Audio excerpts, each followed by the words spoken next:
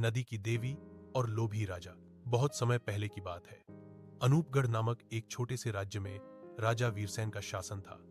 राज्य समृद्ध था, पर राजा का हृदय लालच से भरा हुआ था। उसे सोने चांदी का इतना मोह था कि वह दिन रात अपने खजाने को बढ़ाने की तरकीबें सोचता रहता। राज्य के बीच से बहती थी एक पवित्र नदी मंदाकिनी। लोग मानते थे कि उस नदी में देवी मंदा का वास है। हर साल वर्षा ऋतु के बाद गांव वाले उस नदी की पूजा करते और उसकी कृपा से फसलें लहलहाती। एक वर्ष जब राज्य में अकाल पड़ा, राजा वीरसेन क्रोधित हो उठा। उसने कहा, अगर इस नदी में देवी का वास है तो मेरा खजाना भी भरना चाहिए। मैं इसके तट से सोना निकालूंगा। राजा ने अपने सैनिकों को आदेश दिया कि नदी का एक हिस्सा खोदकर उसमें से खजाना निकाला जाए। लोगों ने बहुत मना किया। राजन, नदी की देवी को क्रोधित मत कीजिए। लेकिन राजा ने किसी की एक न सुनी। रात के समय जब मजदूर नदी के तल तक पहुंचे, तभी जल अचानक नीला चमकने लगा। एक उजली आकृति लहरों से ऊपर उठी।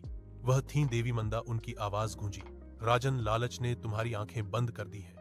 यह जल जीवन देता है, लोभ नहीं सहता। लौट जाओ। पर राजा ने कहा, मैं इस राज्य का स्वामी हूं, यह नदी भी मेरी है। देवी मंदा ने गहरी सांस ली और कहा, जो स्वयं को सबका स्वामी समझे वह अंत में कुछ भी नहीं पाता। इतना कहते ही नदी का जल उफन पड़ा। चारों ओर बाढ़ आ गई। पूरा महल जल में बह गया।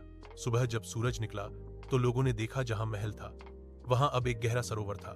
कहते हैं उस सरोवर के नीचे आज भी राजा वीरसेन की आत्मा सोने के ढेर की रखवाली करती है, पर कभी दिन का उजाला नहीं देख पाती।